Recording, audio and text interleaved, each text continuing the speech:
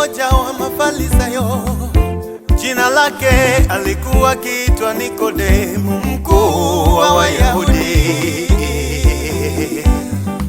Huyo alimjia Yesu siku sana, akamwambia, Rabi, yani mwalimu, twajua ya kuwa mwalimu umetoka kwa Mungu, kwa maana hakuna mtu awezaye kuzifanya ishara hizi uzifanyazo wewe, isipokuwa Mungu yu pamoja na yeye.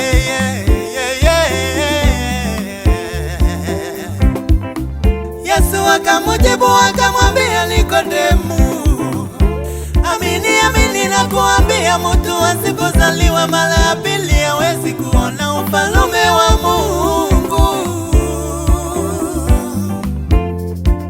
Nikodemu akamwambia, awezaje mtu kuzaliwa mara ya pili akiwa mzee?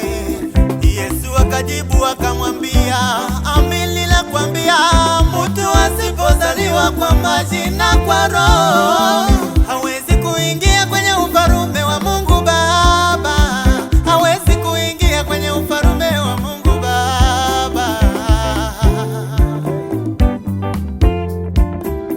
Kilichozaliwa kwa mwili ni mwili, na kilichozaliwa kwa Roho ni roho. Kilichozaliwa kwa mwili na kilichozaliwa kwa Roho ni roho.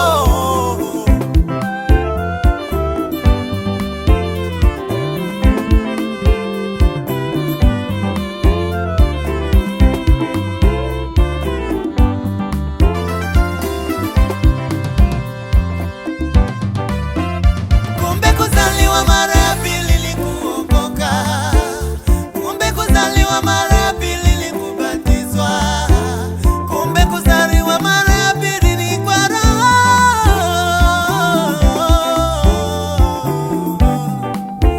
Usipookoka hujazaliwa mara ya pili, huwezi kuona ufalme wa Baba yetu, huwezi ingia ufalme wa mbinguni. Usipozaliwa mara ya pili, usipookoka,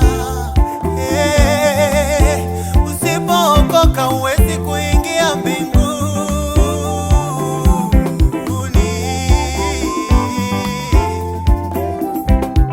Usitakioko ogae mwanya yiyoye kwinu, tuku Yesu akwiza ogayoyo akhaliyiza linu, tufwena tukusyoba omba tuyanga lyoli, tufwena tunilenga omba tusisyoba.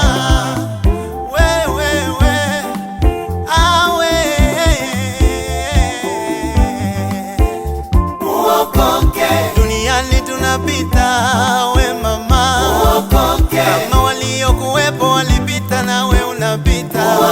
Yesu alikufa msalabani uokolewe, uokoke.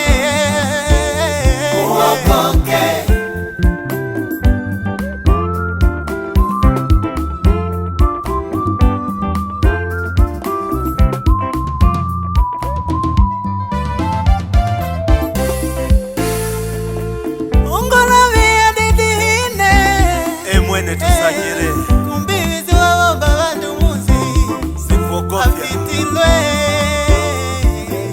ilyoyo lya kweli kwafanisha moto.